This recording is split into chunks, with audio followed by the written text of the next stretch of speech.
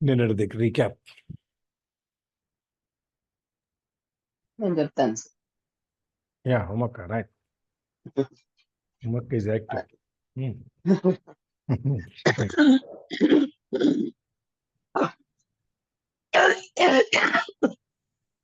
నిన్న పిల్లలిద్దరూ చేసిన దాన్ని అదే వాళ్ళ ఫాదర్ వాళ్ళు డిస్కస్ చేసేసరికి వాళ్ళు ఇంకా వాళ్ళ థింగ్స్ అన్ని ఆ వినిపించదు. వినిపిస్తుందా వాయిస్ సార్? క్లియర్ గా వస్తుంది సార్. వాయిస్ క్లియర్ గా క్లియర్ రావట్లేదు. గా లేదు, అదే అదే చూస్తాను. ఇప్పుడు సార్ చెప్పండి.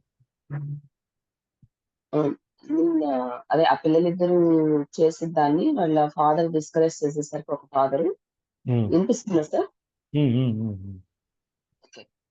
ఆ వాళ్ళు ఓకే మనం స్టార్ట్ చేసాము, ఎండ్ కూడా అయిపోయింది మనది ఇదని చెప్పి ఆ థింగ్స్ అన్నిటిని మెస్ గా ఉన్న ఆ థింగ్స్ అన్నిటిని ప్యాక్ చేస్తూ అనుకుంటూ ఉంటారు అనమాట. వాళ్ళ ఫ్రెండ్ వాళ్ళ లాగా రిచ్ కాలేము మనము, మనం ఎప్పటికీ ఇట్లానే పూర్గానే ఉంటాము అట్లానంటే వాళ్ళ ఫాదర్ విని నో మీరు అలా అనుకోవద్దు, గివప్ చేయొద్దు, గివప్ చేశారు అని అంటే పూర్గానే ఉంటారు, మీరు క్విట్ చేయకుండా దీని గురించి ఆలోచించండి అట్లానని చెప్తారు. ఆ వాళ్ళ అదే ఎలా చేయాలి అట్లానంటే మైక్ తో చెప్తాడనమాట. మీ ఫాదర్ని అడుగు, ఉమ్, సలహా ఇస్తారు అట్లానని చెప్తాడు. మా ఫాదర్ అని అడుగుతాడు అబ్బాయి. అవును మీ ఫాదర్ అని, మీ ఫాదర్ చాలా బ్రిలియంట్ అట్లా అని చెప్తే ఇంకొక ఫ్రెండ్ వాళ్ళ ఫాదర్ ప్రైవేట్ గా చేస్తూ ఉంటాడు, ఇతనేమో గవర్నమెంట్ గా చేస్తూ ఉంటారు. ఆ ప్రైవేట్ గా చేస్తున్న అతనికి ఆ కంపెనీ కార్ అది ప్రొవైడ్ చేస్తుంది అనమాట. ఆ కంపెనీ ఎప్పుడన్నా దివాలా తీసినా లేకపోతే లాస్ట్ లో ఉంటే ఆ కార్ అది ఉండదు, అతను మామూలుగా మళ్ళీ ఇదవుతాడు. మీ ఫాదర్ అలా కాదు, చాలా బిజినెసెస్ ఉన్నాయి, చైన్ బిజినెస్, రెస్టారెంట్, బిల్డింగ్స్, అవి రెస్టారెంట్ లో పనిచేసి ఎప్పుడో లేట్ గా అట్లా అన్నట్టు వస్తూ ఉంటారు అట్లా అని చెప్తే మైక్ ఆలోచిస్తాడు అనమాట. ఎస్ మా ఫాదర్ చాలా బిజీగా ఉంటారు, ఎలా అపాయింట్మెంట్ తీసుకోవాలి అని ఈ అనుకొని తర్వాత వెళ్ళి వాళ్ళ ఫాదర్ ని అపాయింట్మెంట్ అడిగితే దొరుకుతుంది. వీళ్ళ ఫ్రెండ్ కి ఫోన్ చేసి చెప్తాడనమాట, లేదు ఇట్లా మా ఫాదర్ మనల్ని మీట్ అవ్వడానికి టైం ఇచ్చారు అని అంటే అబ్బాయి హ్యాపీగా ఫీల్ అయ్యి డ్రెస్అప్ అయ్యి ఆ, వెళ్తాడు వాళ్ళ ఇంటికి. వాళ్ళ ఇంటికి వెళ్ళినప్పుడు వాళ్ళ ఫాదర్ చాలా బిజీగా ఉంటాడు. ఆ సూపర్వైజర్ వచ్చేసి ట్రక్ అక్కడ పెట్టేసి వెళ్తాడనమాట. వాళ్ళది చాలా చిన్న ఇల్లు, టీవీ టీవీ హౌస్. ఈ అబ్బాయి లోపలికి వెళ్ళాక వాళ్ళ ఫాదర్ ఫోన్ లో ఉంటాడు. మైక్ చెప్తాడనమాట, ఫాదర్ ఫోన్ లో ఉన్నాడు, మనల్ని వెనక్కి కూర్చోమన్నారు, దా కూర్చున్నాము అట్లా అని చెప్పి. చూస్తే ఎన్ని బిజినెసెస్ ఉన్నాయి, ఇతను చిన్న ఇల్లు, డోర్ మ్యాట్ చూస్తే కూడా ఎప్పటిదో అన్నట్టు ఉంటది అన్నమాట. అక్కడ దాకా అయింది sir. Yes, thank you sir. Thank you ఉమక్క. ఇంకెవరు?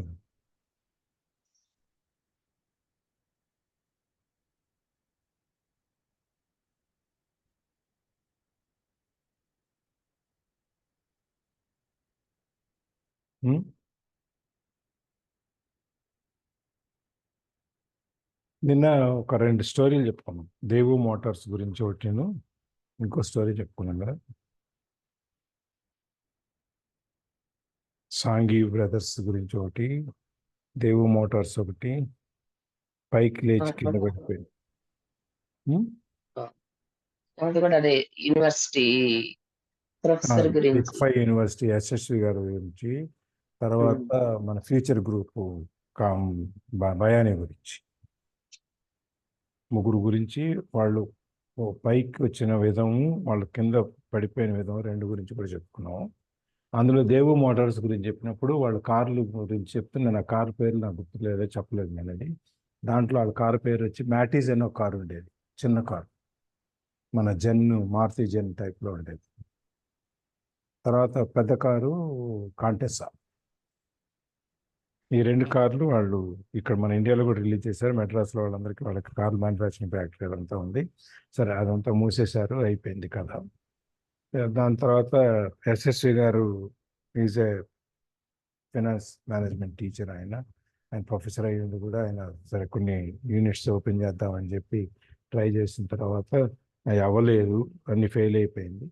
వాళ్ళు చివరికి యూనివర్సిటీ పెట్టుకున్నాడు. ఆయన యూనివర్సిటీ ఒకటి ఆయన సక్సెస్ అయింది, ఎందుకంటే ఆయన యొక్క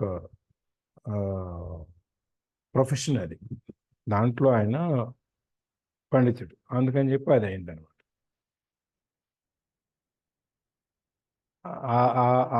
అది ఆ సక్సెస్. ఎందుకంటే అట్లాగే మనం బజాజ్ దాని గురించి కూడా చెప్పుకున్నాము. ఆయన వాళ్ళు స్కూటర్లు ఒకటే తయారు చేస్తారు, మోటార్ సైకిల్ 2 వీలర్స్ ఒక్కటే, ఇంకేం చేసేవాళ్ళు కాదు.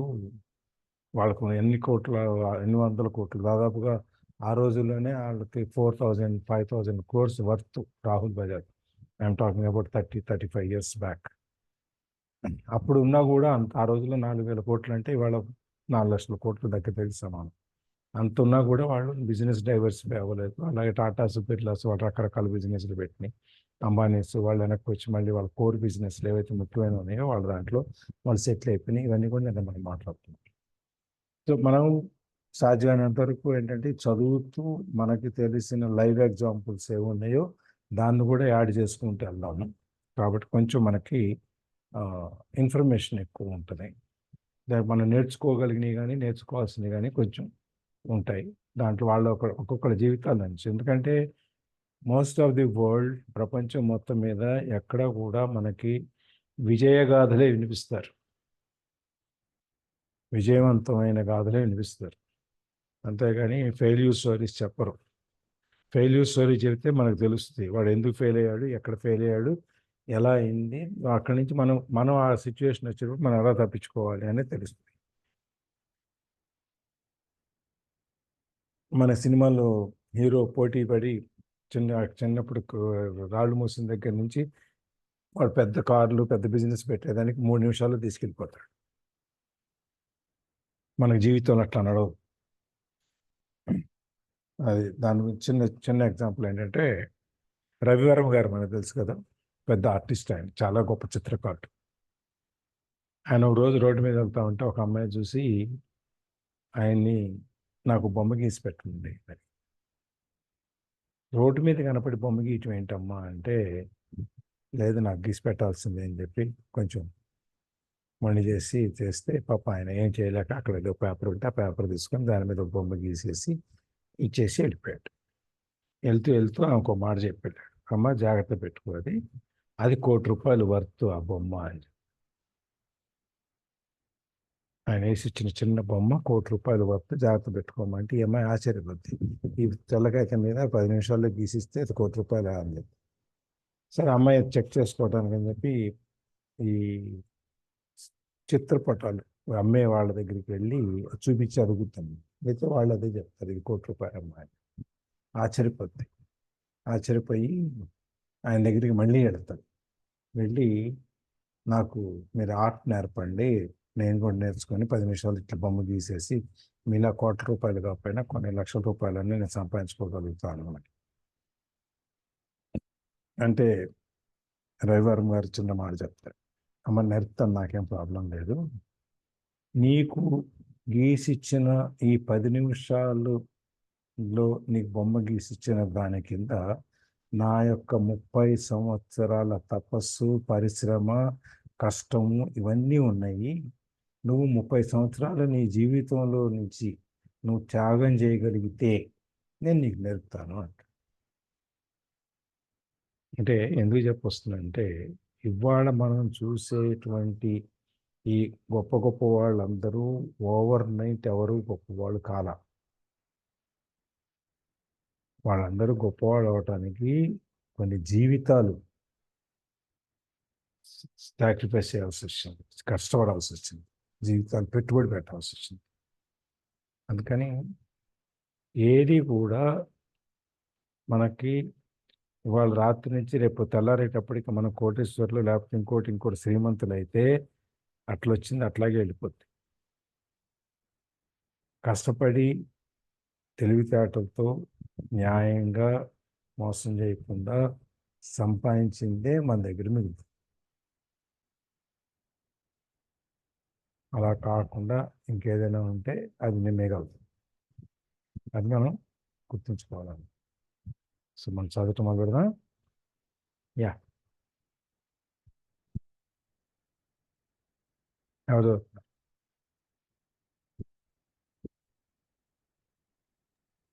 Okay, sir. I will read. చదవండి. I felt claustrophobic as I entered the narrow living room that was filled with old, musty, overstuffed furniture that today would be collector's items. Sitting on the couch were two women, both a little older than my mom. Across from the women sat a man in workman's clothes. He wore khaki slacks and a khaki shirt, neatly pressed but without starch, and polished work boots. He was about 10 years older than my dad. They smiled as Mike and I walked past them toward the back porch. I smiled back shyly. ఇక్కడ Okay. I felt claustrophobic. ఫోబియాలు అంటే తెలుసు కదా, మన కొంతమంది నీళ్ళు అంటే భయం, కొంతమందికి ఎత్తు నుంచి కింద చూడాలంటే భయం. ఇవన్నీ ఫోబియా అంటాం.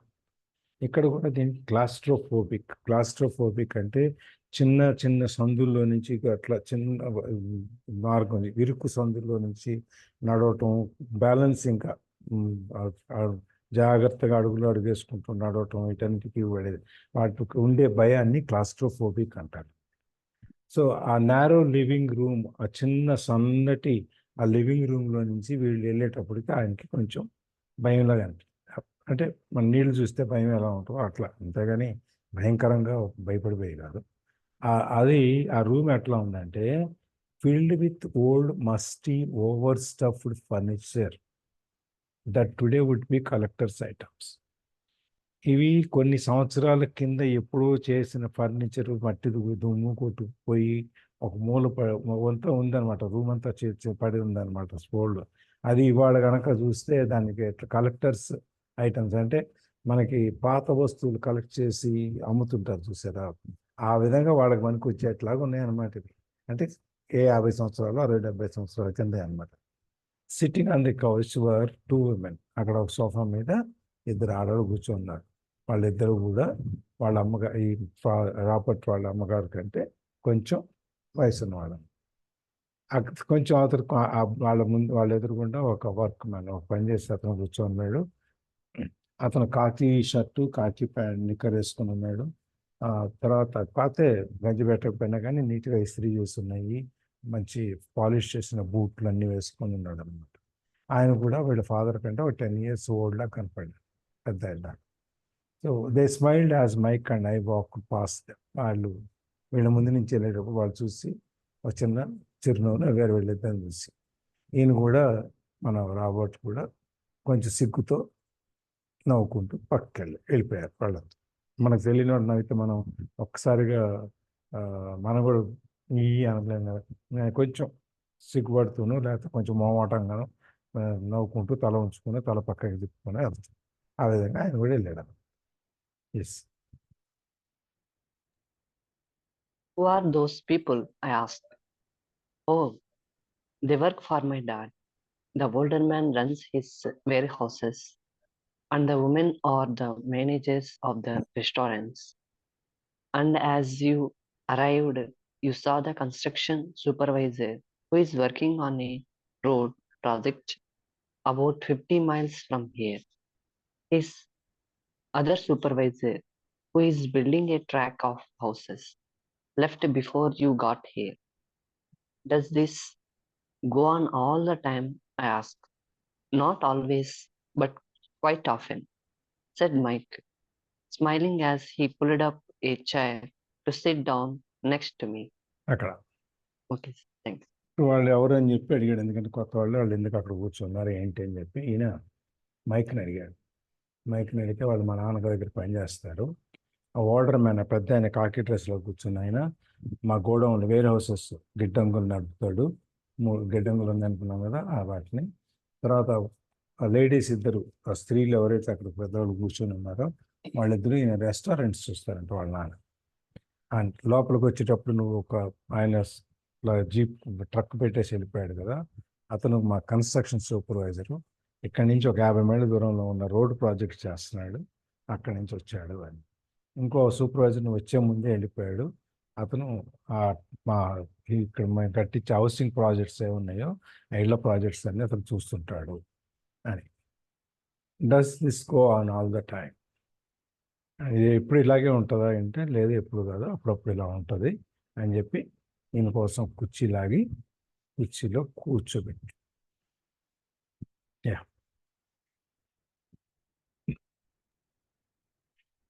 Not always, but quite often, said Mike, smiling as he pulled up a chair to sit on next to me. I asked my dad if he would teach us to make money. Mike said, "Oh, and what did he say to that?" I asked with cautious curiosity. Curiosity. Well, he had a funny look on his face at first, and then he said he would make us an offer. "Oh," I said, rocking my chair back against the wall. I sat there perched on two rare legs of the chair. Mike did the same thing. "Do you know what the offer is?" I asked. "No, but we will soon find out." నాకు Okay. So అక్కడ ఇద్దరు పక్కన కూర్చున్నాక mic రాబర్ట్తో చెప్తాడనమాట. నేను మా నాన్న అడిగాను, నువ్వు మమ్మల్ని డబ్బు సంపాదించడం ఎలాగో నేర్పుతావా అని చెప్పి అడిగాను. అవునా, అడిగావా, ఏమన్నాడు మీ నాన్న అని చెప్పి నేను చాలా ఆతృతతో అడుగుతున్నాడు అనమాట. అడిగితే he had a funny look on his face at first. చూడంగానే ఒక ఫనీగా, ఏదో హేళనగానో ఒక చిన్న లుక్ వేసాడు, మీకెందుకు అన్నట్టుగా అనేసి. Then he said he would make us an offer. సరే అయితే సంపాదించాలనుకుంటున్నారు కాబట్టి మీకు నేను ఒక ఆఫర్ ఇస్తాను అని చెప్పి చెప్పాడు. Oh, I said rocking my chair back against the wall. అలాగా అంటూ ఇట్లా వెనక్కి వాళ్ళినప్పుడు మన కుర్చీ ముందు కాళ్ళు పైకి లేస్తే వెనక వైపున గోడకు అనుకుంది. అట్లా 2 కాళ్ళ మీద కుర్చీ నిలబడి. So Mike did the same. Mike కూడా అడ్డాగే చెప్పాడు, వెనక్కి కుర్చీని వెనక్కి వాల్చుకుంది. Did you know what the offer is? ఇప్పుడు రాబర్ట్ అడుగుతున్నాడు, ఏంటి ఆఫర్ ఏంటి, ఏం చెప్తా అన్నాడు మీ నాన్న నాకు, మనకి అని చెప్పంటే, తెలీదు, చూద్దాము, వస్తారు కదా ఇప్పుడు ఫాదర్, వచ్చినప్పుడు చెప్తారు కదా అని చెప్పి అంటారు. Yes. Suddenly, Mike's dad burst through the rickety screen door and onto the porch. Mike and I jumped to our feet, not out of respect, but because we were startled. Startled. "Ready, boys?" he asked as he pulled up a chair to sit down with us.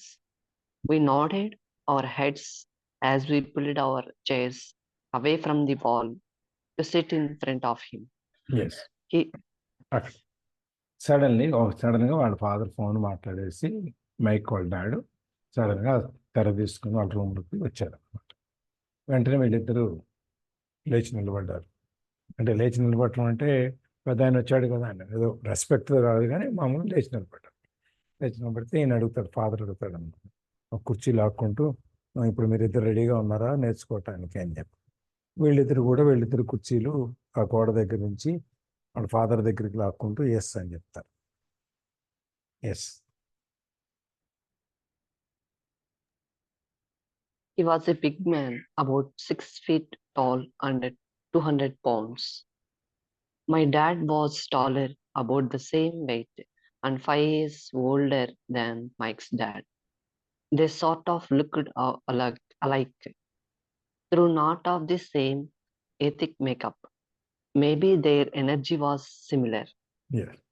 He was a big man. ఇప్పుడు వాళ్ళ father, mic వాళ్ళ father చాలా భారీ మనిషి అన్నమాట. అంటే 6 అడుగులు ఎత్తు, 200 పౌండ్లు బరువు, అంటే దాదాపుగా 110-120 కిలోల బరువు అంత ఉన్నాడు అనమాట. బాగా హెవీగా. So my dad was taller. వీడిని కూడా కంపేర్ చేసుకున్నాడు ఫాదర్తో. మా ఫాదర్ కూడా పొడుగ్గానే ఉంటాడు, అట్లాగే సేమ్ వెయిట్ ఉంటాడు, కాకపోతే మైక్ వాళ్ళ డాడీ కంటే ఇంకొక 5 ఏళ్ళు 6 ఏళ్ళు పెద్దగా ఉంటాడేమో. బట్ ఆ ఇద్దరు ఒకే మాదిరిగా ఉంటారు, కనిపిస్తారు. Because same age same type. వాళ్ళ డ్రెస్ మేకప్ కొంచెం తేడాగా ఉండొచ్చు, ఎందుకంటే ఈయనేమో టీచరు, ఆయనేమో బిజినెస్ మ్యాన్. సో వాళ్ళు వేసుకునేది తేడాగా ఉండొచ్చు, కానీ ఎనర్జీ లెవెల్స్ వచ్చేటప్పటికి ఇద్దరికి ఒకటే. అంటే మనకి ఇదంతా ఎందుకు చెప్తున్నాడంటే అక్కడ ఉన్న వాతావరణాన్ని మనకి కళ్ళకట్టినట్టు చూపిస్తున్నాడు. ఆ వాతావరణంలో డబ్బు నేర్చుకోవటం, డబ్బు సంపాదించడం ఎలా అని నేర్చుకోవడం కోసం వీళ్ళు వెళ్ళినప్పుడు డబ్బు ఉండటం వలన, అంటే బయటికి పటాటోపంగా బాహ్య పటాటోపం ఉండక్కర్లేదు. డబ్బు ఉన్న వాళ్ళకి వాళ్ళు మెల్లగా క్వైట్గా కూడా చాలా సింపుల్గా కూడా ఉండొచ్చు అని మనకు తెలియటం కోసం ఇదంతా. లేకపోతే డైరెక్ట్గా చెప్పచ్చు, మైక్ పిలిచాడు, మైక్ వాళ్ళ ఫాదర్ వచ్చాడు, కూర్చున్నాడు, మాట్లాడాడు అని చెప్పచ్చు. కానీ స్టోరీ టెల్లింగ్లో కథ చెప్పేటప్పుడు చుట్టూ ఉన్న వాతావరణాన్ని కూడా మనకి చెప్పకపోతే మనం ఆ వాతావరణంలోకి మనం వెళ్తున్నాం, మనం వెళ్ళిపోయి మనం చదువుతున్నాం అంటే ఏంటంటే మనం ఆ వాతావరణంలో మనం ఉంటున్నాం అనమాట. మనం ఉండి మనం చూస్తున్నాం దాన్ని. అందుకోసం అని చెప్పి మన ఆ వాతావరణంలోకి తీసుకెళ్తున్నాడు. అందుకోసం ఎంత డీటెయిల్గా చెప్తున్నాడు. Yes. Mike says you want to learn to make money. Is that correct, Robert? I nodded my head quickly, but with a little trepidation. He had a lot of power behind his words and smile. Okay, here's my offer. I will teach you, but I won't do it classroom style. You work for me, I will teach you. You don't work for me, I won't teach you. I can teach you faster if you work, and I am wasting my time if you just want to sit and listen like you do in school. That's my offer. Take it or leave it. Yeah. ఇప్పుడు so mic చెప్పాడు, Robert నువ్వు ఏదో డబ్బు సంపాదించడం ఎలా నేర్చుకోవాలనుకుంటున్నావు అంట కదా అని చెప్పి తండ్రి అడుగుతాడు మైక్ వాళ్ళ ఫాదర్. ఈయన వెంటనే ఎస్ఎస్ఎస్ అవునవునని చెప్పి ఈయన తలకి చెప్తాడు, కొంచెం జాగ్రత్త అనమాట.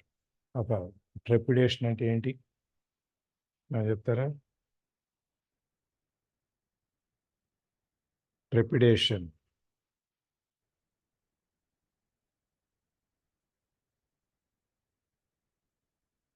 Come in. I have your condom delivery. Yeah. A feeling of fear or anxiety. నేర్చుకోవాలన్నటువంటి ఒక యాంగ్జైటీతో అతను ఎస్ అవునవును నేను డబ్బు సంపాదిద్దాం అనుకున్నానని చెప్పి చెప్తాడు. ఆయన చెప్పేటప్పుడు ఈ had a lot of power behind his words and smile. ఆ తండ్రి వ్యాపార అనుభవంతో ఉన్నాడు కదా, ఆయన మాట్లాడేటప్పుడు ఆ మాటల వెనక, ఆ నవ్వు వెనక ఒక విధమైన పవర్ ఉంటుంది, శక్తి ఉంటుంది, అది కనిపిస్తుంది మాట్లాడేట. అప్పుడు ఏం చెప్తాడు, సరే అయితే నువ్వు నేర్చుకోవాలనుకుంటున్నావు కాబట్టి నా ఆఫర్ ఇది ఏంటంటే నేను నీకు నేర్పుతా. ఎట్లా నేర్పుతాము? క్లాస్ రూమ్లో కూర్చోబెట్టి బ్లాక్ బోర్డ్ మీద ఇది ఇది ఇది ఇది ఇది ఇది అని చెప్పి ఇట్లా నేర్పను. మనకి బిజినెస్ స్కూల్స్లో నేర్పినట్టు, ఆక్స్ఫర్డ్ యూనివర్సిటీలో నేర్పినట్టు కాదు. అట్లా నేను నేర్పను. నువ్వు నా కింద పని చేయి. పని చేసేటప్పుడు ఆ పనిలో నేను మెళకువలు చెప్తూ ఏ విధంగా పైకి వెళ్ళాలో చెప్తా. నువ్వు నాకు పని చేయకపోతే నా దగ్గర నేను నీకు నేర్పను. ఎట్లా? I can teach you faster if you work. నాతో పాటు పని చేస్తే నీకు నేను చాలా త్వరగా నేర్పగలుగుతాను. అంతేగాని క్లాస్ రూమ్లో లాగా కూర్చుని నీకు రోజు 3 గంటల సేపు ఎక్స్ప్లెయిన్ చేసి ఇదంతా నాకు వేస్ట్ ఆఫ్ టైం, నేను చేయను అని చెప్తాడు. ఇది నా ఆఫర్, నీ ఇష్టమైతే చేయి, నాకు తెలియదు అని చెప్తాడు. Yes. May I ask a question first? I asked. No, take it or leave it. I have got too much work to do to waste my time. If you can't make up your mind decisively, then you will never learn to make money anyway. Opportunities come and go. Being able to know when to make quick decisions is an important skill. You have the opportunity that you asked for. School is beginning or it's over in 10 seconds, Mike's dad said with a testing smile. See, నాకు teasing ఒక ప్రశ్న ఉంది, నేను teasing smile హ్మ్? Teasing smile. ఏది Okay, teasing smile. Teasing smile అచ్చా, okay. సరే, ఈయన రాబర్ట్ అంటాడు, నాకు ఒక ప్రశ్న ఉంది, నేను అడగాలంట. అంటే లేదు లేదు, ప్రశ్నలు అడగటాలు ఆన్సర్లు చెప్పటాలు ఏమి ఉండవు, నీకు ఎస్ఆర్ నో, నువ్వు చేస్తావా లేదా అంతే, దానికంటే ఏం లేదు, నాకు చాలా పని ఉంది, ఇక్కడ కూర్చొని నేను టైం వేస్ట్ చేయలేను. నువ్వు నీ నిర్ణయాన్ని ఒక్కసారిగా తీసుకోలేకపోతే, నీ మెదడుని పని చేయించి నువ్వు నిర్ణయాన్ని తీసుకోలేకపోతే నువ్వు ఎప్పటికీ డబ్బు సంపాదించలేవు. అంటే నిర్ణయం తీసుకోవటం అనేది ఎంత ఫాస్ట్గా ఉండాలి, ఎంత కరెక్ట్గా ఉండాలి అనే కోసం. ఏదైనా ఒక నిర్ణయం తీసుకునేటప్పుడు ఒక విషయాన్ని గురించి మనము ఆలోచించి జాగ్రత్తగా నిర్ణయం తీసుకోవాలి. నువ్వు ఆలోచించు, ఎస్ఆర్ నో చెప్పు నాకు, అంతేగాని నాకు ఈ క్వశ్చన్ ఉంది, ఇలా అయితే అలా చేస్తాను, అలా అయితే అలా ఉంటుంది, ఇలా ఈ క్వశ్చన్లన్నీ వద్దు. నువ్వు నాకు నిర్ణయం చెప్పు. నువ్వు నీ మైండ్ని కనుక నువ్వు ఈ నిర్ణయాన్ని తీసుకోవటానికి నీ మైండ్ సిద్ధంగా లేకపోతే, నీ మెదడు సిద్ధంగా లేకపోతే నువ్వు ఎప్పుడు నేర్చుకోలేవు డబ్బు సంపాదించడం గురించి. ఆపర్చునిటీస్ కమ్ అండ్ గో, అవకాశాలు వచ్చిపోతూ ఉంటాయి. Being able to know when to make quick decisions is an important skill. మనకి అదృష్టం అనేది తలుపు తడుతూ ఉంటుంది. తలుపు తట్టినప్పుడు అదృష్టం దురదృష్టం అన్నీ తలుపు కొడుతూ ఉంటుంది. నీకు తెలుసుకోవాల్సింది ఏంటి, అదృష్టం తలుపు కొట్టేటప్పుడు ఇది అదృష్టం తలుపు కొడుతుంది, మనం తలుపు తీయాలి అని చెప్పి నువ్వు తెలుసుకొని వెంటనే తలుపు తీస్తే అదృష్టం లోపలికి వస్తుంది. అవును, ఇది తలుపు కొడుతుంది ఏంటి, అదృష్టమో దురదృష్టం, మనం తీయాలా వద్దా, మనం దురదృష్టం తలుపు కొడుతుందేమో, ఇప్పుడు తీసి వచ్చి మన మీద పడుతుందేమో, మనం ఎందుకు తలుపు తీయటం, ఇట్లా అట్లా అని చెప్పి అనుకుంటూ కూర్చుంటే చివరికి నువ్వు ఆలోచించి తలుపు తీసినప్పుడు దురదృష్టమే డోర్ ముందు ఉంటుంది, అది లోపలికి వస్తుంది. అందుకని అవకాశం వచ్చినప్పుడు తెలుసుకోవాలి, పుచ్చుకోవటం. సో దాన్ని, ఆ అవకాశాన్ని ఎవరైతే అందిపుచ్చుకుంటారో వాళ్ళే పైకి జరగలుగుతారు. You have the opportunity that you asked for. నీకు ఇప్పుడు అవకాశం ఉంది, నువ్వు డబ్బు సంపాదించాలని నువ్వు కోరుకుంటున్నావు, దానికి నేను నీకు అవకాశం ఇస్తున్నాను, నాతో పనిచేయ, నేను నేర్పుతానని చెప్పాను. అది నీ ఇష్టం. ఇది స్కూల్లో ముందు నేర్పుతారు, ఆ తర్వాత ఈ 10 సెకండ్లో అయిపోతుంది. Mike dad said with the teasing smile. ఒకవేళ చిన్నగా ఏడిపిస్తున్నట్టుగా మైక్ డాడ్ చెప్తాడు. ఇది ఇప్పుడు చిన్న ఎగ్జాంపుల్ చెప్తాను. మీ అందరికీ వినుంటారు, బంధన్ బ్యాంక్ అని ఒకటి ఉంది, విన్నారా? లేదు సార్. ఇప్పుడు హైదరాబాద్ చాలా చోట్ల బ్రాంచ్. విన్నాం సార్ పేరు. బంధన్ బ్యాంక్. అవును. ఆయన చంద్రశేఖర్ ఘోష్ అని చెప్పి దానికి ఓనర్ అనమాట. అంటే ఓనర్ అంటే ఫస్ట్ స్థాపించింది ఆయన, తర్వాత సరే బోర్డు డైరెక్టర్స్ అవన్నీ వేరే విషయం. ఆ చంద్రశేఖర్ ఘోష్ అన్న ఆయనకి బంగ్లాదేశ్ నుంచి ఇండియాకి వచ్చి, అప్పుడు 1947 టైంలో వాళ్ళ ఫ్యామిలీ అంతా ఇక్కడికి వచ్చి కలకత్తా దగ్గర ఒరిస్సా బోర్డర్, కలకత్తా బోర్డర్లో ఎక్కడ సెటిల్ అయ్యారు. సెటిల్ అయిన తర్వాత చిన్న కొట్టు పెట్టుకొని ఎదురు చేస్తున్నారు. మామూలుగానే ఈ పేదవాళ్ళ సంసారంలో పిల్లలు ఎక్కువ మంది ఉంటారు కాబట్టి వాళ్ళ ఇంట్లో కూడా ఎక్కువ మంది ఉన్నారు. ఈయనకి తినటానికి, వాడు చదువుకోవటానికి ఈయనకి అవ్వయేది కాదు, కానీ ఈయన చదువుకోవాలని మా శ్రద్ధ ఉండేది.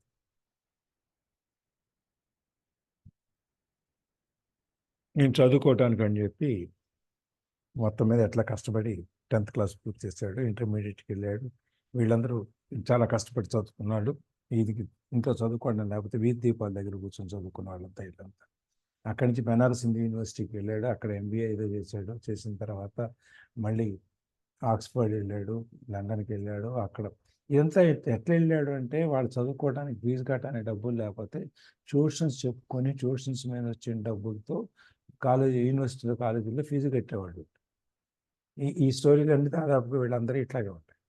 ఈయన అలాగే చేసి మొత్తం మీద అక్కడికి వెళ్ళిన తర్వాత మళ్ళీ వెనక్కి వచ్చి అక్కడ ఆ- ఆ- ఆ ఊర్లో వాళ్ళ ఊరు ఏరియాలో పనిచేసేటప్పుడు ఒక సోషల్ సర్వీస్ ఆర్గనైజేషన్లో చేరాడు ఉద్యోగానికి. చేరినప్పుడు వాళ్ళు ఈ సోషల్ సర్వీస్ ఆర్గనైజేషన్లో వాళ్ళు ఏం చేసేవాళ్ళు అంటే చుట్టూ ఉన్న ట్రైబల్ విలేజెస్కి అంతా వెళ్ళేవాళ్ళు వాళ్ళందరికీ హెల్ప్ చేయటానికి, వాళ్ళకి చెప్పడం కోసం.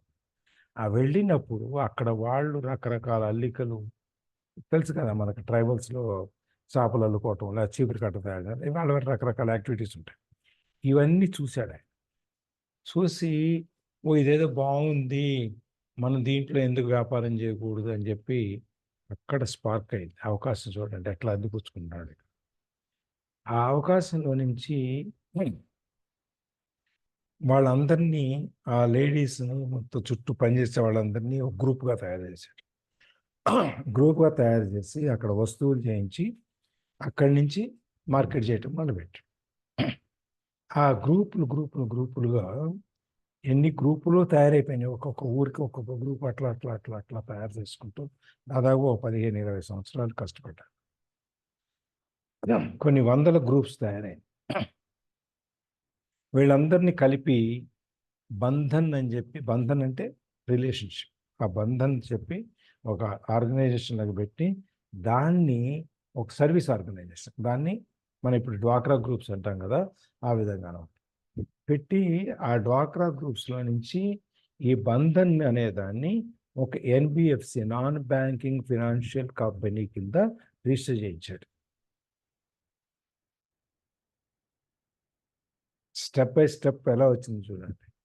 ట్రైబల్ దగ్గరికి వెళ్ళటము, అక్కడ వెతుక్కో వాళ్ళందరూ చేసేదాన్ని చూడటము, అక్కడి నుంచి వాళ్ళని గ్రూప్స్గా ఫామ్ చేయటము, ఆ గ్రూప్స్ అన్నింటినీ పెద్ద పెద్ద గ్రూప్స్గా, అంటే ఒక్కొక్క ఊరికి అలా కొన్ని ఊళ్ళలో వెళ్ళేటప్పటికి పెద్ద పెద్ద గ్రూప్స్ అవటము, అక్కడి నుంచి ఆ బంధన్ అని పేరు పెట్టడము. ఈ బంధన్ నుంచి అక్కడ అతను ఏం చేశాడంటే ఒక బ్యాంక్ నుంచి అక్కడ నుంచి ఒక 2 లక్షల రూపాయలు అప్పు తీసుకొచ్చుకుంటాడు.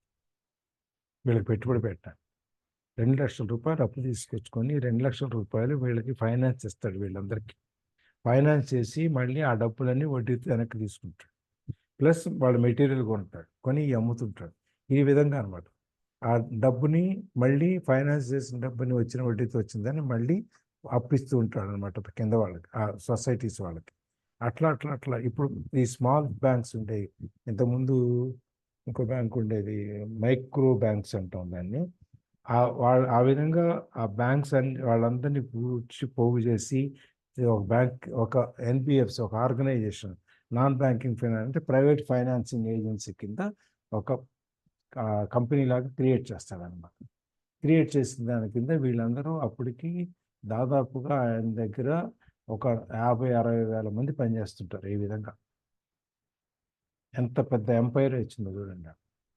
తర్వాత కొన్ని సంవత్సరాల కింద రిజర్వ్ బ్యాంక్ ఏం చేసిందంటే, మీరు ఎవరైనా లైసెన్స్ కావాలంటే పెట్టుకోండి, బ్యాంక్ లైసెన్స్ ఇస్తాము అంటే అప్పుడు ఈయన బ్యాంక్ లైసెన్స్కి అప్లై చేసి ఈ నాన్ బ్యాంకింగ్ కంపెనీని బ్యాంకింగ్ కంపెనీ కింద మార్చాడు. దాని పేరు బంధన్ బ్యాంక్. ఈ బంధన్ బ్యాంక్కి దాదాపుగా ఈ మన దేశంలో ఒక 250 బ్రాంచులు ఎన్నో ఉన్నాయి. ఒక 8,000 మంది 9,000 మంది ఆ బ్రాంచుల్లో పనిచేస్తారు. కాకుండా ఈ వర్క్ గ్రూప్స్ అన్నీ ఇంతమంది, ఇన్ని లక్షల మంది వీళ్ళ అకౌంట్స్ ఇవన్నీ ఉన్నాయన్నమాట. ఇవాళ దాని షేర్ 300 రూపాయలు ఎంత ఉంది. ఆయన వర్త్ ఇవాళ ఎంత ఉంటుందో ఊహించగలరు ఎవరన్నా? చంద్రశేఖర్ ఘోష్ చాలా ఉంటది కదా సార్. ఎంత ఉంటుంది? 1000 కోట్లు, 5,000 కోట్లు, 10,000 కోట్లు. మన ఊహ ఎంతవరకు వెళ్తుంది చూడు.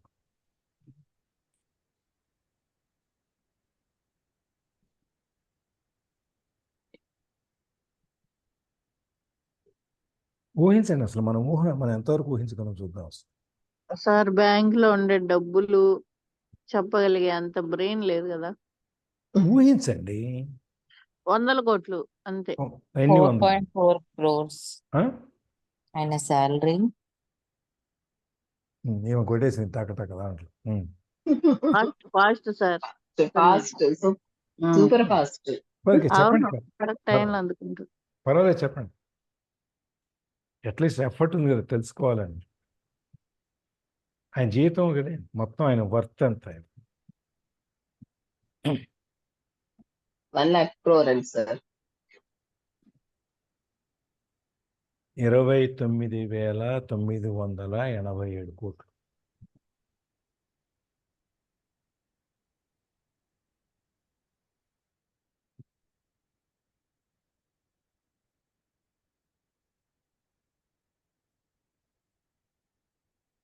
శ్రీలత గారు కూడా 1,00,000 కోట్లు అని చెప్పారు. మాకు కూడా 1,00,000 కోట్లు అని. పర్వాలేదు, మనం అంతవరకు ఊహించగలం. ఊహించడానికి కూడా భయపడాలా మనం. అదే చెప్పేది, మన ఆలోచన మనం పెద్ద ఆలోచించగలగాలి. అమ్మో అంతనా, అంత ఉంటుందా, కమ్అవుట్. ఆ బ్యారియర్స్ చుట్టూ ఉన్న పాల్పట్టండి గోల్డ్. ఆయన వర్త్ ఇవాళ 29,887 కోట్లు, దగ్గర 30,000 కోట్లు. ఎక్కడి నుంచి మొదలుపెట్టాడు, ఎక్కడికి చేరాడు. ఆపర్చునిటీ, ఆ ట్రైబల్ విలేజెస్కి వెళ్ళటం, అక్కడ అవకాశాన్ని చూడటం, అక్కడి నుంచి గ్రూప్స్ ఫామ్ చేయటం, ఆ గ్రూప్స్లో నుంచి వెళ్ళటం, బంగ్లాదేశ్ నుంచి వచ్చి ఇక్కడ పనిచేసి ఇక్కడ సెటిల్ అయ్యి ఇవాళ ఒక పెద్ద బ్యాంకును పెట్టి స్టేట్ బ్యాంక్కి పోటీగా దాదాపుగా ఈ హెచ్డిఎఫ్సి, ఐసిఐసిఐ బ్యాంకులు వీటన్నిటికీ పోటీగా దాదాపుగా బంధన్ బ్యాంకు ఇవాళ నడిపిస్తుంది. సో కానీ ఇంకేమైనా ఆడింది అక్కడ? లేదు సార్, అంతే ఉంది. ఆయనకి ఇప్పుడు ఆ మనీ మీద బోర్ వచ్చేసింది. అంతే, అదే ఉంది. ఒక స్టేజ్ దాటిన తర్వాత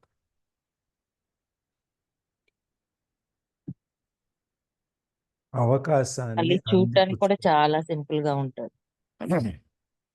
ఫోటో ఇచ్చాడా? ఫోటో ఇచ్చాడు. జస్ట్ యాజ్ ఎంప్లాయీ లాగా ఉన్నాడు, కానీ ఫౌండర్ అలా ఏం లేదు.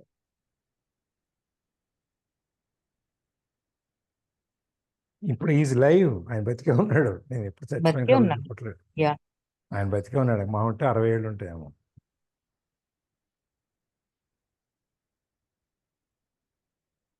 అవకాశాలను అందిపుచ్చుకోండి. మీనమేషాలు లెక్కేయద్దు.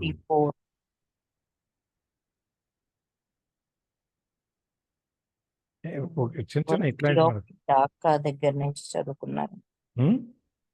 యూనివర్సిటీ ఆఫ్ ఢాకా లో యూనివర్సిటీ చదువుకున్నారు. ఆఫ్ బంగ్లాదేశ్ ఎక్కడ చదువుకుంటాడు ఆయన. మళ్ళీ బంగ్లాదేశ్లోనే పనిచేస్తాడు. పనిచేసి మళ్ళీ ఇండియాకి వచ్చి అక్కడ ఈ ట్రైబల్స్ ఇవన్నీ కలిసి మొదలుపెడతాడు. సో వెళ్దాం, మన స్టోరీకి వెళ్ళిపోదాం. యా. సో ఇప్పుడు వాళ్ళ మైక్ డాడీ ఏం చెప్పాడు, మీకు నేను అవకాశం ఇస్తున్నాను, చేయాలా వద్దా అనేది డిసైడ్ చేసుకుని వేస్తున్నాక ఇక్కడ చెప్పాడు. అంతేగాని మేనమేషాలు, క్వశ్చన్లు, ఆన్సర్లు దీనికి కూర్చోవటం అంతా ఏమి ఉండదు అని చెప్తాడు. దాన్ని ఇమీడియట్గా రాబర్ట్ ఏం చెప్పాడు, take it. Yes, will take it అని చెప్తాడు. మైక్ కూడా విల్ టేక్ ఇట్ అని చెప్తాడు ఇద్దరు. యా, సిద్ధారెడ్డి గారు. Take it, I said. Take it, said Mike.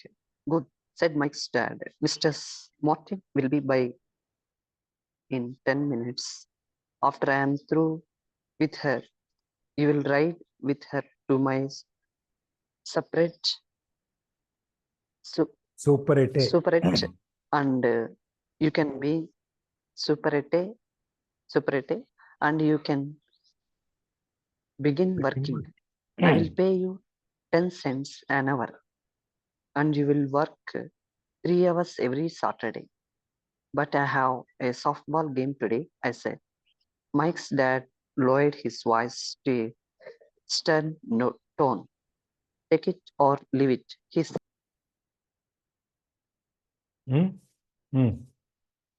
Take it or leave it. సరే, వీళ్ళిద్దరూ ఒప్పుకుంటారు దానికోసం అని చెప్పి నేను మైక్ డాడీ ఏం చెప్తాడంటే, వెరీ గుడ్, మిసెస్ మార్టిన్ అని వస్తారు ఇప్పుడు 10 నిమిషాల్లో. నేను ఆవిడతో మాట్లాడి మీ దగ్గరికి పంపిస్తాను. దాని ఆవిడతో పాటు మీరు మా సూపర్ మార్కెట్, మీరు మా సూపర్ మార్కెట్కి వెళ్ళండి. అక్కడ యూ కెన్ బిగిన్ వర్కింగ్, అక్కడ పనిచేయటం మొదలెట్టండి. I will pay you 10 cents an hour and you will work 3 hours every Saturday. నేను మీకు గంటకి 10 సెంట్లు చొప్పున ఇస్తాను. మీరు 3 గంటలు ప్రతి శనివారం వచ్చి పనిచేయండి. రోజు రావక్కర్లేదు. శనివారం వచ్చి పని చేస్తే చాలు అని చెప్తాడు. చెప్తూ yes next. I will take it, I replied, choosing to work and learn instead of playing. అప్పుడు ఈయన సాటర్డే మార్నింగ్ అది వెళ్ళాడు పొద్దున 8కి రాబర్ట్ వాళ్ళ దగ్గరికి. ఇప్పుడు సాటర్డే నుంచి పని చేయమన్నాడు కదా, ఇప్పుడు ఆవిడ వస్తుంది, ఆవిడ మన సూపర్వైజర్ తీసుకెళ్తుంది, మీరు వెళ్ళి పని చేయండి అని చెప్తే మనవాడు నాకు ఇవాళ సాఫ్ట్ బాల్ గేమ్ ఉంది, నేను గేమ్ ఆడుకోవటానికి వెళ్ళాలి అని చెప్తాడు. మనకి ఏదన్నా పని చెప్తే మనం ఏం చేస్తాము, ఇవాళ ఆ పని ఉందండి, ఇది అయిన తర్వాత వచ్చి మీ పని చేసి పెడతానండి. అట్లాగే మనవాడు కూడా సాఫ్ట్ బాల్ గేమ్ ఉందండి, ఆ గేమ్ అయిన తర్వాత నేను చూస్తానండి అని చెప్తే ఈయన వాళ్ళ ఫాదరు మెల్లగా కొంచెం గట్టిగా, నీకు కావాలా అక్కర్లేదా తెలుసుకో, నీకు గేమ్ ముఖ్యమైతే గేమ్కి వెళ్ళిపో, నీకు డబ్బు సంపాదించడం ముఖ్యమైతే వెళ్ళి పని చేయి, ఈ రెండిట్లో ఏది కావాలో తెలుసుకోండి అని చెప్తాడు. అప్పుడు వెంటనే రాబర్ట్ ఏం చెప్తాడంటే ఐ విల్ టేక్ ఇట్. వాడు వర్క్ చేయటానికి డిసైడ్ చేసుకుని I will take it, okay నేను వెళ్తాను, వెళ్ళి నేర్చుకుంటాను, గేమ్ని పక్కన పెట్టేస్తాను అని చెప్పి పక్కన పెట్టేస్తాడు. ఇక్కడ చిన్న ఎగ్జాంపుల్, నా ఓన్ స్టోరీ. నేను నాగ్పూర్లో ఎంకామ్ అయిపోయిన తర్వాత ఫైనల్ ఇయర్లో ఉన్నప్పుడు నా ఎగ్జామ్స్ అక్టోబర్లో ఎప్పుడో ఉన్నాయి. ఓరో సాయంత్రం ఆంధ్ర బ్యాంక్ దగ్గర మాకు అక్కడే అడ్డా మా అందరికి, ఎవరు డబ్బులు డ్రా చేయడానికి వెళ్ళినా పొలవమని అందరం వెళ్తాం వెనక. ఎందుకంటే ఆ డబ్బులు డ్రా చేయగానే బయటకు వచ్చి ఆ డబ్బుల నుంచి బజ్జీలు గిజ్జీలు ఏదో ఖర్చు పెట్టించాలి. అందుకని చెప్పి 10 మంది వెళ్ళిపోతాం. ఆ డబ్బులు డ్రా చేస్తున్నాడు, మేమందరం బయట నిల్చొని గుమ్మంలో కూర్చొని కబుర్లు చెప్పుకుంటాం. అప్పుడే మేనేజర్ బయటకు వచ్చారు. నేను చెప్తూ ఉంటాను కదా, గుంటూరు ఆయన మాధవపెద్ది శాస్త్రి గారిని, ఆయన బయటకు వచ్చారు.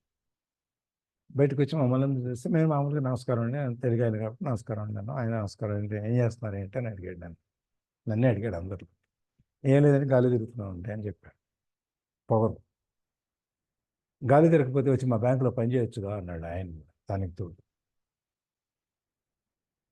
ఓకే అండి అన్న, అయితే రేపు నుంచి వచ్చి పని చేయండి అన్న. సాయంత్రం కదా జరిగింది, మాకు ఆ బ్యాంకు 2 పూట్ల పనిచేసేది, మార్నింగ్ 8 నుంచి ఈవినింగ్ 8 వరకు ఉండేది. మార్నింగ్ రేపు నుంచి వచ్చి పని చేయండి అన్నాడు. ఆయన అడగటం కూడా ఏంటంటే మంచి, మీ డిగ్రీ అన్న అయిందా అని అడిగాడు అన్న. అడిగితే మా పక్కన ఉంటారు మనకి వాళ్ళు ఉంటారు, ఆయన ఎంకామ్ అయిపోయిందండి, ఇప్పుడు ఫైనల్ ఇయర్లో ఉన్నాడండి. ఓ అయితే సరే అయితే రేపు నుంచి వచ్చి పని చేయండి అంటే ఒళ్ళు పొగరు ఎట్లా ఉంటుందో చూడండి.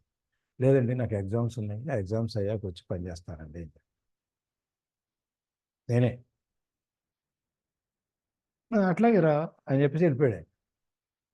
మా వాళ్ళందరూ నన్ను తిట్టారు, ఆయనకు వచ్చి పని చేయమంటే ఎగ్జామ్స్ గురించి మాట్లాడతారా, ఎగ్జామ్స్ రాకపోతే డిగ్రీ అవ్వదు కదా, మనం వచ్చిన పని అవ్వాలి కదా, ఈ ఉద్యోగం టెంపరీ కదా, దీనికే ఉంది అని చెప్పాడు. సరే అయిపోయింది, 15 రోజులు ఎగ్జామ్స్ అయిపోయినాయి, 25వ తారీఖు 26వ తారీఖు ఎగ్జామ్స్ అయిపోయినాయి.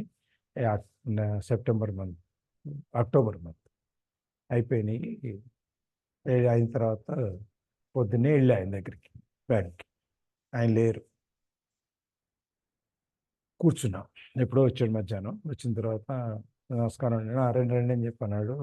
లోపల తీసుకెళ్ళాడు, కూర్చోబెట్టి ఏం చెప్పండి, అది మీరు జాబ్ చేయడానికి రమ్మన్నారు కదండి అన్నారు. అవును కదా, సరే అయితే వెళ్ళి వర్క్ చేసుకో అని. ఎగ్జామ్స్ అయిపోయినాయి అని అడిగాడు. అయిపోయినాయండి అన్న. ఎప్పుడు అయిపోయినాయి అన్న. 4 రోజులు అయిపోయిందండి అన్న. మరి 4 రోజులు అయిపోతే ఇప్పుడు దాకా ఏం చేస్తున్నావు, 4 రోజుల నుంచి రాకుండా అంటే 1వ తారీఖు నుంచి వద్దామని చెప్పి అనుకున్నానండి నేను. నీ కుర్రాళ్ళకి అసలు డబ్బు అంటే లెక్కలేదయ్యా అని చెప్పి 2 అక్షంతలు అయిపోయింది. ఇలా ఆఫీస్ని పిలిచి కుర్రాడు రేపటి నుంచి వస్తాడు, పని చేయించుకోండి అని చెప్పాడు. వెళ్ళిపోయాడు ఆయన. నేను తెల్లారి పొద్దున వెళ్ళి జాయిన్ అయిపోయాను. అంటే నేను ఎందుకు చెప్తున్నానంటే, వాడు నా గేమ్ ఉంది అంటే నాకు గుర్తొచ్చింది నా సొంతం. ఒక ఆపర్చునిటీ వచ్చినప్పుడు ఈ 15 రోజుల్లో 10 మందిలో చెప్పినప్పుడు ఏ ఒక్కళ్ళైనా ఆయన మైండ్ చెడగొట్టచ్చు. ఎవరైనా వెళ్ళి మన మీద వ్యతిరేకంగా చెప్పచ్చు, ఏదైనా జరగవచ్చు. ఆయనకి 15 రోజుల తర్వాత ఆయన ట్రాన్స్ఫర్ అయ్యి ఉండొచ్చు, లేకపోతే ఇంకో ఆపర్చునిటీ పోయి ఉండొచ్చు, నా బదులు ఇంకెవరన్నా చేర్చుకొని ఉండొచ్చు. ఏదైనా జరిగి ఉండొచ్చు. వెళ్ళాము, వచ్చాం, బ్యాంకులో జాయిన్ అయిపోయాము. ఇంకా అదంతా డిఫరెంట్ స్టోరీ. అందుకని అవకాశం వచ్చినప్పుడు దాన్ని అందిపుచ్చుకోండి, మీనమేషాలు లెక్కేయద్దు అని చెప్పి. Yes.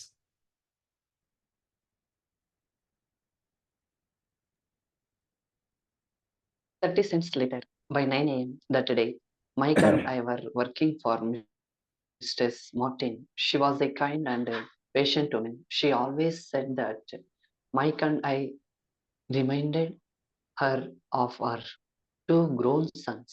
Although kind, she believed in hard work and kept us moving.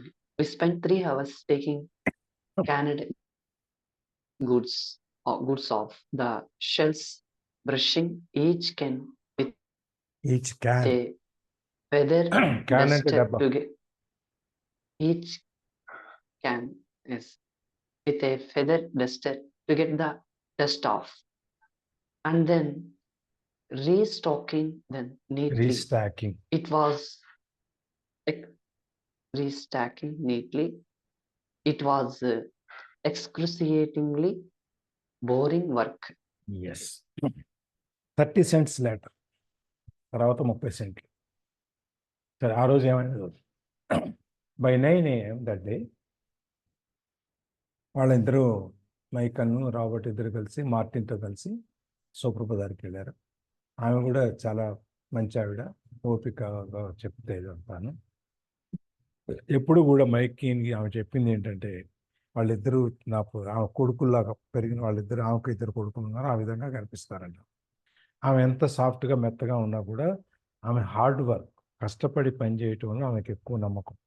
అట్లాగే వీళ్ళిద్దరిని కూడా ఆమె హెల్ప్ చేసి వెనకుండి తట్టి పదని ముందుకు నెట్ చేసుకుంటూ వెళ్తాను. So we spend 3 hours taking క్యాండ్ goods of the shells. 3 గంటల సేపు పని చేయమన్నాడు కదా శనివారం.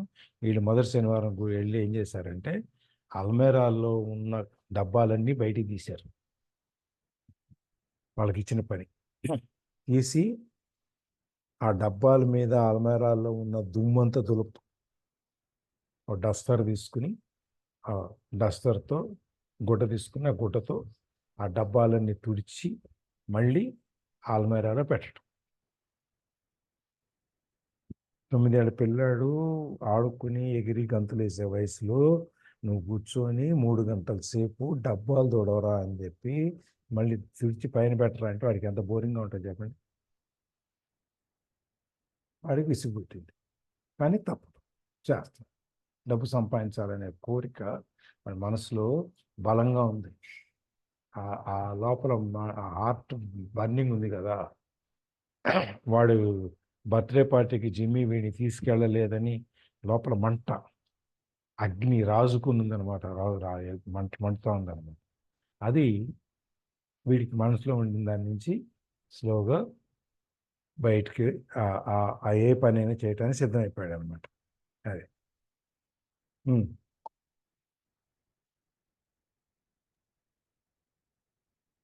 Mike's dad, whom I call my rich dad, owned 9 of these little separatists, super each with a large separatists, each with a large parking lot.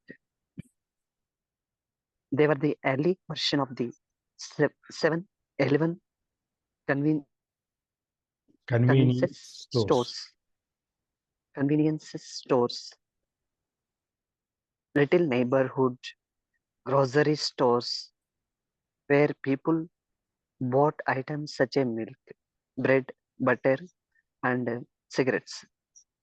The problem was that this was Hawaii before air conditioning was widely used, and the stores could not close their doors because of the heat. On 2 sides of the store, the doors had to be wide open to the road and parking lot.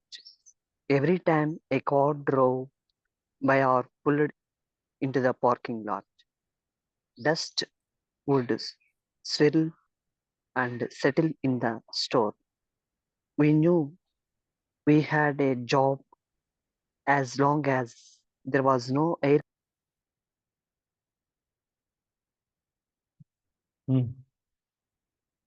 No air condition.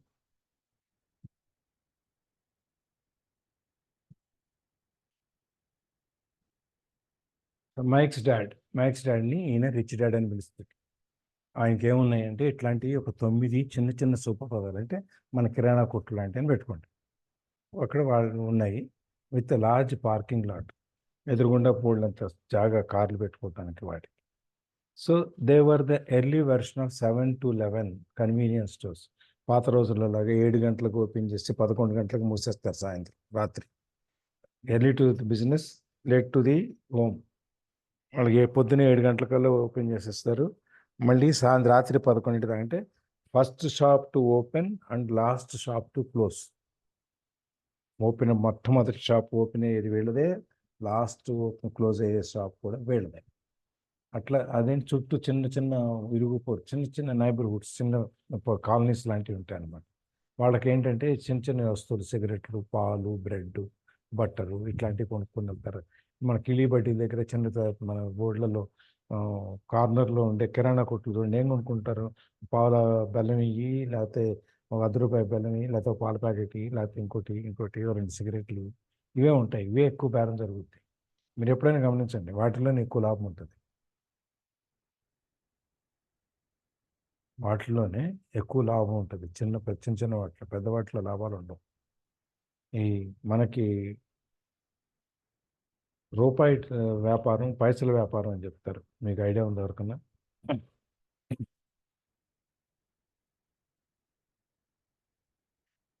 వ్యాపారంలో పైసల వ్యాపారం, రూపాయల వ్యాపారం అని ఉంటుంది. ఇంట్రెస్ట్కి ఇవ్వడమా sir? Business రోజు ఉండే కిరాణా కొట్టే. బిజినెస్ అంటే వేరే వాళ్ళు వీళ్ళ దగ్గర అప్పు తీసుకోవడమా? రూపాయల వ్యాపారం అంటే ఏంటంటే, రోజు 10 మంది వచ్చినా చాలు, ₹10 వస్తే చాలు. నా ఒక్కొక్కరి దగ్గర రూపాయి లాభం చూసుకుంటాం. అదే పైసల వ్యాపారంలో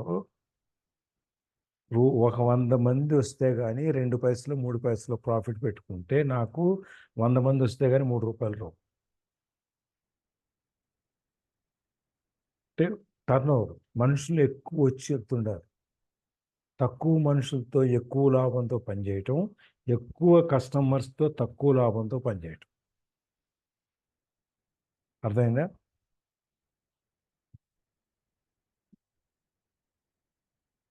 ఎక్కువ మంది మన షాప్కి వచ్చారనుకో, దాని అర్థం ఏంటి? మన దగ్గర ఎక్కువ బిజినెస్ జరుగుతుంది. వీళ్ళు 10 మంది ఇంకో 10 మందికి చెప్తారు. అట్లా వచ్చి వెళ్తుంటారు. మీకు ఎప్పుడు కూడా ఎప్పుడు షాప్ రష్గా ఉంటుంది. ఎప్పుడు ఒక వస్తువు కొనడానికి వచ్చినాడు, అక్కడికి వచ్చిన తర్వాత గుర్తొచ్చి రెండో వస్తువు కూడా కొంటాడు. అది పైసల వ్యాపారం. అంటే పైసల లాభం చాలు, మనుషులు ఎక్కువ తిరుగుతుండాలి. రూపాయల వ్యాపారంలో మనుషులు తక్కువ ఉంటారు, నలుగురే వస్తారు, ఆ 4 వస్తువులు కొనుక్కుంటారు, ₹4 ఇస్తారు, వెళ్ళిపోతారు. ఈ రెండింటిని డిఫరెన్స్ అదనమాట. అందుకని చిన్నవి మన కిరాణా షాపుల్లో కనపడకుండా వ్యాపారం జరుగుతుంది. ఎక్కువ చెప్తారు ఏంటంటే, పాడికుండా, పౌరోహిత్యము, వ్యాపారం 3 కనపడవు. ఎవరైనా చెప్తారా? దీన్ని విడగొడతారు, విడదీసి చెప్పగలుగుతారు ఎవరైనా? పాడికుండా, పౌరోహిత్యం అన్ని కొత్తగా ఉన్నాయి కదా. కొత్తగా ఏం లేదు సార్, తెలిసినయే. ఎడమర్చి అని అంటే అదే పౌరోహిత్యం చేసే పూజారి గారికి కనిపించిన ఇదే కదా సార్. రోజు భక్తులు వెళ్తూ ఉంటారు, పాడకలు వేస్తూ ఉంటారు. పాడకుండా అనేది కూడా చిన్నప్పుడు ఊర్లలో చూస్తూ ఉంటాం కదా సార్. ఆ పాడి మీద ఇల్లంతా గడిపేస్తారు. రెండు గేదెలు ఉన్నా కూడా చాలు, ఇల్లు గడిచిపోతుంది అని చెప్తారు. పాడికుంటే మీకు ఎంతవరకు తెలుసు తెలియదు. ఏదోరికి పాలు పిసికిన తర్వాత ఆ గిన్నె లోపలికి తీసుకొచ్చేటప్పుడు పైన గొడ్డేసి తీసుకొచ్చాడు. ఆ పాల పాత్ర మీద పాలు పితికిన తర్వాత గుడ్డ ఉంటుంది కదా, గిన్నె ఉంటుంది కదా, ఆ గిన్నెని తీసుకొచ్చేటప్పుడు పైన గుడ్డ ఏదో పంచి కట్టుకున్నాడు కాబట్టి ఆ పంచి కప్పుకొని, లేకపోతే కొంగు కప్పుకొని ఇప్పుడు దాని కూడా మీద ఉంది సార్. చెంగు ఉమ్, ఇప్పుడు కూడా ఉంది అది. మా పెద్దనాన్న అలానే చేస్తారు. కదా. అది అంటే పాడి ఎంత వచ్చింది, ఎన్ని పాలు ఇచ్చింది అనేది పక్కన తెలియకూడదు.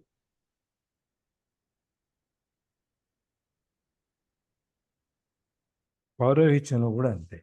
ఎంత దక్షిణ వస్తుంది అనేది వాడు మనం పెట్టేసి ఇచ్చేస్తాం, కానీ రెండో వ్యక్తికి తెలియదు మనం ఎంత దక్షిణ ఇచ్చాము, ఎంత వచ్చింది.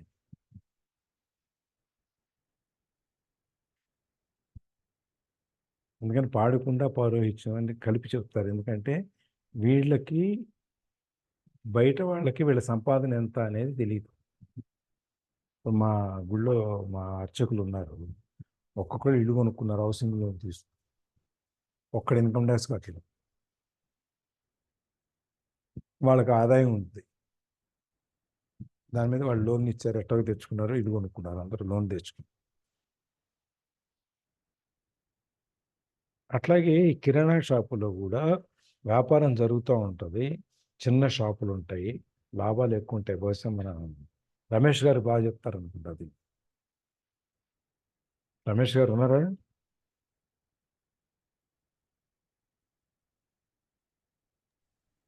మా ఊర్లో కూడా సార్, నేను చిన్నప్పుడు ఉన్న కొట్టు ఇప్పటికీ అదే అదే ఇల్లు, అదే కొట్లో ఇంకా రన్ చేస్తుంది. అది వాళ్ళని మొన్న చూసినప్పుడు కూడా అనుకున్నాను సార్, నేను చిన్నప్పుడు ఇక్కడికి వచ్చి ఆ అది నిమ్మబద్దలు అంటారు చూడండి సార్, అవి కొనుక్కొని తిన్నాము. ఇప్పటికీ అదే, ఏం మారలేదన్నమాట. అలానే ఉంది, అలానే రన్ అవుతూనే ఉంది ఇన్ని సంవత్సరాల నుంచి కూడా. సరే, కానీ ఆయన 2-3 ఇల్లు కొని ఉంటాడు ఊళ్ళో. ఇల్లు వెనక బాగా పెద్దది కట్టేసుకున్నారు సార్, డబుల్ స్టైర్ కట్టేశారు, పిల్లలకి మంచిగా పెళ్లిళ్ళు చేస్తారు, కానీ ఆ షాప్ మాత్రం అంతే ఉంది. అంతే ఉంటుంది. అదే సంపాదించి పెట్టింది వాళ్ళకి. అదే అదే అది ఇట్లాగే ఇక్కడ కూడా ఏంటంటే చిన్న నైబర్హుడ్స్ చుట్టూ ఉన్న చిన్న చిన్న కాలనీస్లో వీళ్ళు చిన్న చిన్న వస్తువులు కొనుక్కెళ్తారు అనమాట. ఇప్పుడు నేను మొన్న నాకేదో అగ్గిపెట్టి అవసరం వచ్చి మా పక్కన గుళ్ళో కొబ్బరికాయలు అమ్మవాడి దగ్గర అగ్గిపెట్టి అడిగితే 200 తీసుకుంది. మొత్తం 10 పెట్టెలకి, అగ్గిపెట్టికి ఒక్కొక్క దానికి ఎంత, మనకి 15 రూపాయలు పెడితే 10 అగ్గిపెట్టెలు వస్తాయి, ₹1.50 ఒక్కో అగ్గిపెట్టె. 2.5 తీసుకున్నారు. అంటే అగ్గిపెట్టి మీద ఎంత లాభం వచ్చింది? రూపాయి వచ్చింది కదా. రూపాయి వచ్చింది కదా. ₹1.50 అగ్గిపెట్టి మీద రూపాయి లాభం వచ్చిందంటే ఎంత ప్రాఫిట్ వచ్చినట్టు?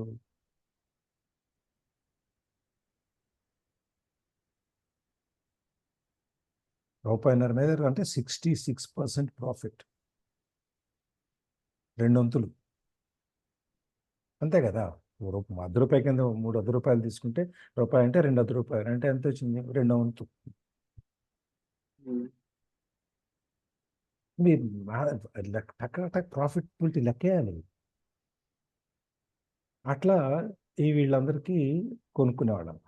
అక్కడ ప్రాబ్లం ఏంటంటే వీళ్ళు హవాయిలో ఉండేవాళ్ళు. Before air condition was widely used. అక్కడ హవాయి ఒక నార్త్ పసిఫిక్ ఓషన్లో చిన్న స్టేట్, కొన్ని దీవులు కలిపారు. అక్కడ చాలా వేడిగా ఉంటుంది. ఆ వేడిలో వీళ్ళకి చాలా వేడిగా ఉండేది. పైగా షాప్ ఎదురుగుండానేమో బోల్డంత పార్కింగ్ స్పేస్. కారులో వచ్చేవాళ్ళు, కారులో వస్తే కారుతో పాటు బోల్డంత దుమ్ము లేచేది. ఈ దుమ్మంతా స్టోర్లోకి వచ్చేది, షాప్లోకి. ఆ డోర్లు మూసేయడానికి వీలేదు, ఎందుకంటే రిటైల్ షాప్. మూసేస్తే రారు, వేడి కోసం అని చెప్పి డోర్లు మూసేయడానికి వీల్లేదు, దుమ్ము కోసం మూసేయడానికి వీల్లేదు, తీసి ఉంచుకోవాలి. On 2 sides of the store, the doors had to be wide open to the road and parking lot. Road మీదకి పార్కింగ్ లాట్కి ఉన్న 2 వైపులు ఉన్న తలుపులు ఎప్పుడూ ఓపెన్ చేసే ఉంటాయి. ఆ డస్ట్ సుడి తిరుగుతూ లోపలికి వచ్చి కూర్చుంటుంది. గాలికి డస్ట్ లేచినప్పుడు, దుమ్ము లేచి సుడి తిరుగుతూ, తెలుసు కదా, గాలి దుమ్ము సుడి తిరిగితే మొత్తం దుమ్ము పైకి లేస్తుంది, చెదారం అంతా దాంట్లో సుడిగాలి అంటాం. ఏమండే తెలుసా? చెప్పండి. మరి ఉమ్ము అనరే. సమ్మర్ లో ఎక్కువ వస్తుంటాయి. సమ్మర్ లో ఎక్కువ వస్తుంటాయి. ఈ మట్టి చాలదని చెప్పి కారు వచ్చినప్పుడల్లా దాని మీద వెనకాల వచ్చే మట్టి కూడా వచ్చి ఇంట్లో పడుతుంది, ఈ షాపులో పడుతుంది. సుడిగా తిరుగుతుంది. So we knew we had a job as long as there was no air conditioning. Air conditioning వచ్చేంత వరకు, అంటే షాప్ ఎయిర్ కండిషన్ అయ్యి తలుపులు క్లోజ్ చేసేంత వరకు వీళ్ళకి గ్యారంటీగా శనివారం వచ్చి ఈ డబ్బాలు క్లీన్ చేసే జాబ్ అయితే గ్యారంటీగా ఉంటుంది అని వీళ్ళకి అర్థమైంది. అది వీళ్ళ ఉద్యోగం, ప్రతి శనివారం వచ్చి మన డబ్బాలు క్లీన్ చేయాలనే ఉద్యోగం, ఇది పర్మనెంటు, వీడు ఎయిర్ కండిషనింగ్ చేయించినంత వరకు మన ఉద్యోగాలు ఉంటాయని చెప్పి వీళ్ళకి అర్థమైంది అనమాట. ఇక్కడ మనం ఓకే 6:30 అయిపోయింది కదా. Thanks. Thank you sir, thank you very much. Thank you. ఇది మనకి బిజినెస్ ఐడియాస్ అన్నీ వస్తుంటాయి, చిన్న చిన్నవన్నీ. మొత్తం అంతా దాని మీదనే. ఇవాళ మనం ఎందుకంటే ఈ వయసులో డబ్బు సంపాదించి ఏం చేస్తామో, సంపాదించగలమా? డబ్బు సంపాదించడానికి ఏ వయసు అయినా చేయొచ్చు, దానికి ఈ వయసు ఆ వయసు అనే లేదు. నేను ఎక్కడో చూశాను, 94 సంవత్సరాలు ఆయనకి ఏదో రీసెర్చ్ వర్క్ చేసేట రిటైర్ అయిన తర్వాత ఆయనకి పెద్ద అవార్డు ఏదో వచ్చింది. నేను డీటెయిల్స్ పెట్టుకోలేదు, అవార్డు ఏదో వచ్చింది. సో మనకి ఈ KFC ఇవన్నీ కూడా వాళ్ళు 65 ఏళ్ళు 70 ఏళ్ళలో స్టార్ట్ చేసిన తర్వాత పెద్ద పెద్ద పెద్ద స్టోర్స్లు పెట్టారు. Age is no bar. డబ్బు సంపాదనకి వయసుకి సంబంధం లేదు. మీరు ఈ ఏజ్ లో ఎలా చేస్తారని ఆయన అడిగితే కనుక ఇక్కడ చెయ్యకపోతే మనం అదే బ్రతికున్నంతసేపు ఏదో చేస్తూ ఉండాలి, ఏమి చేయకుండా మనం ఉన్నట్లయితే మనం చనిపోయినట్లే లెక్క కూడా ఆయన ఆన్సర్ చేసినట్టు నేను కూడా చదివాను సార్ ఆ పాయింట్. సార్ అది పెట్టారు కదా, పోస్ట్ చేశారు. ఏది మీరు ఆ ఫోటో పెట్టారు కదా సార్, 92 years దాని గురించి చెప్తుంది లలిత.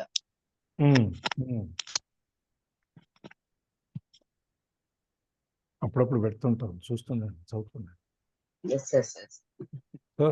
నా బర్త్డే పిక్సే కాదు, ఇంకా ఉంటాయి, చూస్తూ ఉండండి.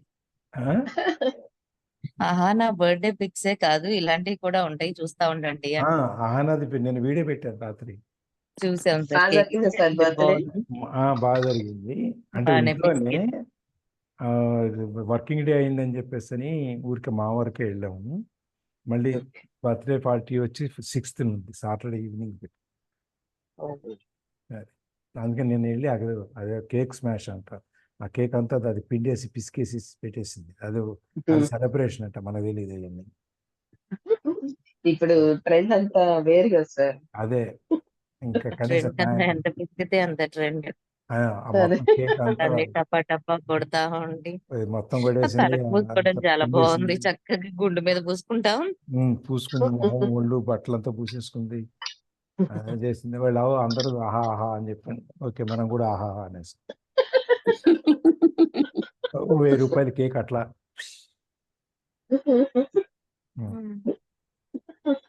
రాత్రి అప్పుడే వచ్చా, 11ంటికి ఇంటికి వచ్చా పెట్టాను.